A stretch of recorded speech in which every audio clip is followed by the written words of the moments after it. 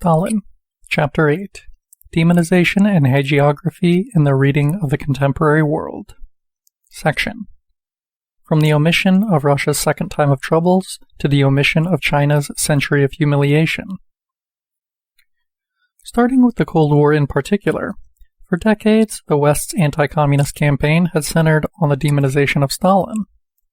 Up until the Soviet Union's overthrow, there weren't such exaggerated polemics against Mao, nor even against Pol Pot, who was supported until the end by Washington against the Vietnamese and their Soviet protectors. Hitler had only one monstrous twin, and he had ruled in Moscow for 30 years and continued to loom over the country that had dared to challenge the US's hegemony. This portrait could only change with China's prodigious rise. Now the great Asian country must be persecuted until it loses its identity and self-esteem. In addition to Stalin, the ruling ideologues are also determined to identify Hitler's other monstrous twins. Thus, there is one book which achieved great international success that classifies Mao Zedong as the greatest criminal of the 20th century, or perhaps of all time. The, quote, investigative methods are those we've already encountered. They start from the monster's childhood instead of China's history. It's necessary to fill that gap, then. With a long history behind it, China had for centuries and millennia been in a prominent position in the development of human civilization. As late as 1820, it had a gross domestic product of 32.4% of world GDP. However, in 1949, at the time of modern China's foundation, the People's Republic of China was the poorest, or among the poorest, countries in the world. The colonialist and imperialist aggression that began with the Opium Wars caused this drastic fall. A period that is even emphatically celebrated by the most illustrious representatives of the liberal West. Think of de Tocqueville and John Stuart Mill. Those infamous wars open a decidedly tragic chapter in the history of the great Asian country. The Chinese trade deficit caused by the victory of the British narco-traffickers. The terrible humiliation suffered, quote, they have relations with Chinese women and they are raped by the invaders, quote, graves are violated in the name of scientific curiosity. A woman's tiny wrapped foot is exhumed from her grave, end quote. And the crisis represented by the country's inability to defend itself from external aggression play a primary role in provoking the Taiping Revolt, 1851-64, which made the struggle against opium the order of the day. It was, quote, the bloodiest civil war in world history, with an estimate between 20 and 30 million deaths, end quote. After having contributed in a powerful way to provoking it, the West became its beneficiary, given that it could extend its control over a country gripped by an increasingly deeper crisis, making it increasingly defenseless. A historical period of a crucified China begins, during which Russia and Japan had joined the Western executioners. Indeed, beginning of long quote. As the end of the 19th century approached, China appears to become the victim of a fate against which it cannot fight. It's a universal conspiracy by men and nature. The China of 1850 to 1950, the era of the most terrible insurrections in history, the target of foreign cannons, the country of invasions and civil wars, is also the country with the greatest natural cataclysms. Without a doubt, in the history of the world, the number of victims was never so elevated. End quote. The generalized and drastic reduction in living standards, the collapse of the state apparatus and government, together with its general incapacity, corruption, and growing subaltern status and subjugation to the outside world. All of this made the impact of floods and famines all the more devastating. Quote, the Great Famine in North China in 1877-78 killed more than 9 million people. Such tragedies occurred periodically.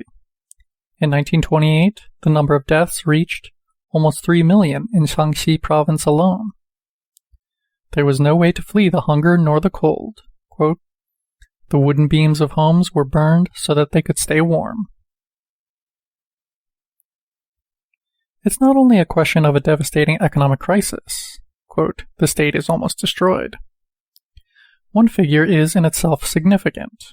Quote, between 1911 and 1928, 1,300 wars between warlords had taken place, with each opposing military faction being supported at times by this or that foreign power.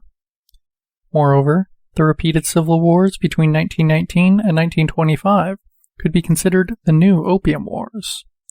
What's at stake is the control of their production and their transportation. End quote. Aside from the warlords' armed groups, proper banditry was widespread, fed by army deserters and by weapons sold by soldiers. Quote, it's calculated that by around 1930, the number of bandits in China reached 20 million. In other words, 10% of the total male population. End quote.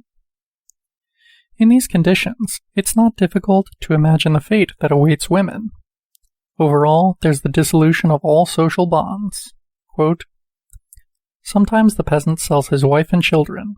The press describes columns of young women who have been sold passing through the streets, taken by traffickers in Shaanxi province, devastated by the famine of 1928. They become domestic slaves or prostitutes. End quote. In Shanghai alone, there are around 50,000 regular prostitutes. And both banditry and prostitution can count on the support or the complicity of Western's concessions, toward which they could constitute, quote, profitable activities. The lives of the Chinese are worth very little, and the oppressed tend to share that point of view with their oppressors. In 1948, in attempting to halt the Japanese invasion, Chiang Kai-shek's Air Force bombed the Yellow River's dikes. 900,000 peasants drowned, with another 4 million forced to flee. Nearly 15 years earlier, Sun Yat-sen had expressed his fear that, quote, the extinction of the nation and the annihilation of our race could come to pass.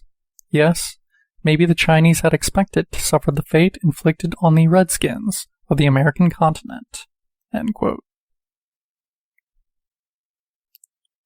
That tragic history behind the revolution vanishes in the historiography and propaganda that encompasses the negative cult of heroes. While in their reading of Russian history, they pursue the repression of the Second Time of Troubles. For the great Asian country, they skip over the century of humiliation, the period that stretches from the First Opium War to the seizure of power by the communists. Just as in Russia, in China, it's ultimately the revolution led by the Communist Party that saves the nation and even the state. In the biography of Mao Zedong cited earlier, not only do they ignore the historical background briefly restated here, but they blame the Chinese communist leader for most of the horrors caused by the starvation and famines that affected China. A rigorous silence is maintained with regard to the embargo imposed on that great Asian country after the communists came to power. On that last point, it's worthwhile to consult a book by an American author that sympathetically describes the primary role played by a Cold War policy of siege and economic strangulation carried out by Washington at the expense of the People's Republic of China. In October of 1949, China finds itself in a desperate situation. It's necessary to note, however, that the Civil War hadn't completely ended. The bulk of the Kuomintang army had taken shelter in Taiwan, and from there they continued to threaten the new state with air attacks and incursions, on top of the isolated spots of resistance that continued to operate on the continent. But that's not the principal aspect. Quote, after decades of civil wars and foreign invasions, the national economy was on the brink of total collapse. End quote.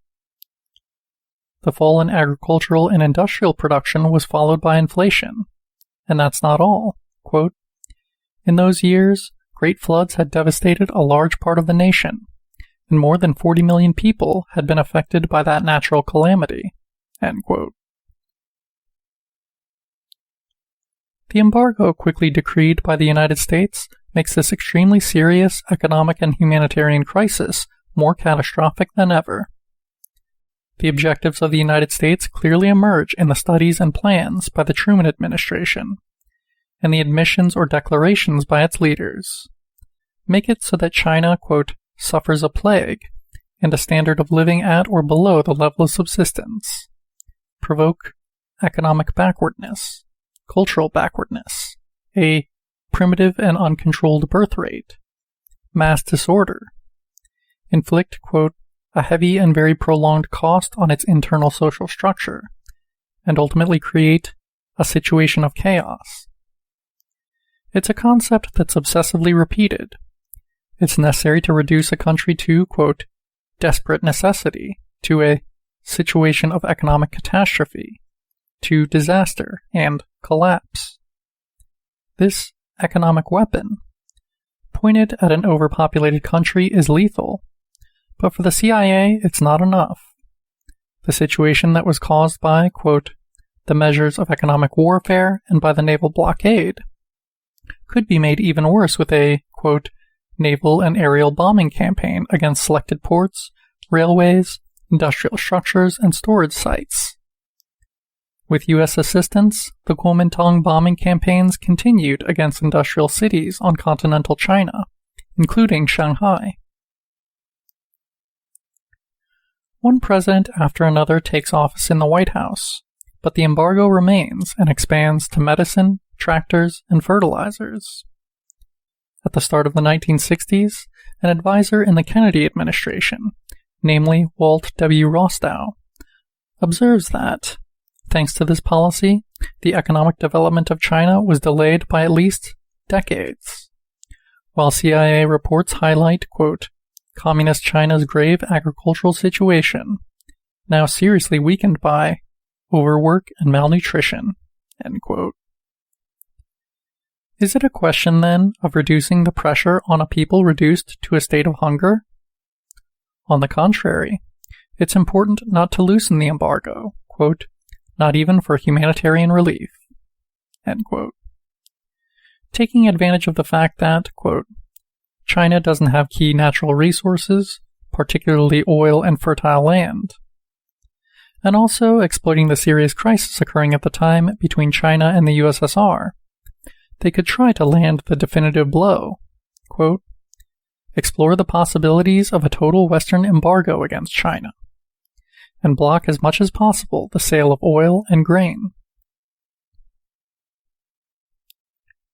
Does it make sense, then, to exclusively assign Mao blame for the economic catastrophe that for a long time struck China and was intentionally and ruthlessly planned by Washington beginning in October of 1949?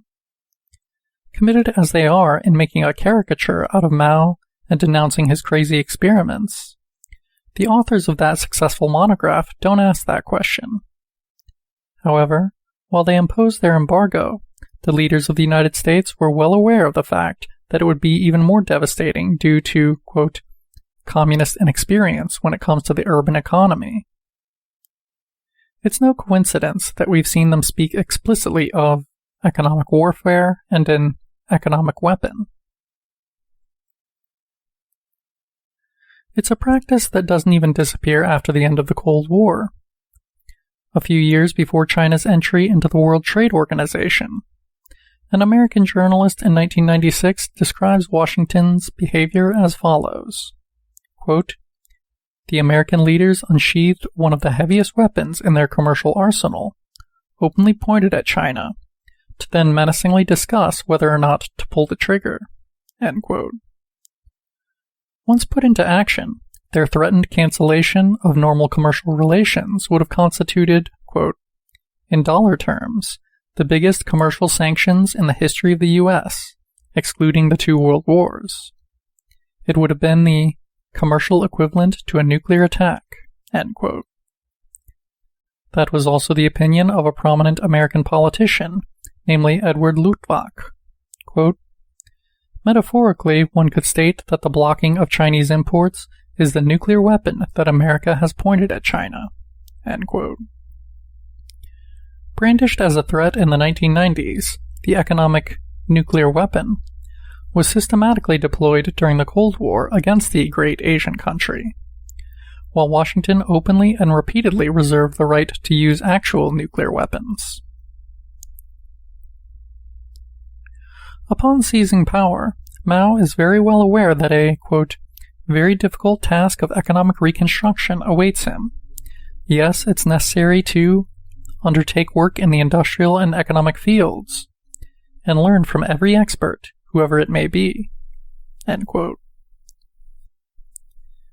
In that context, the Great Leap Forward appears to be a desperate and catastrophic attempt at confronting the embargo.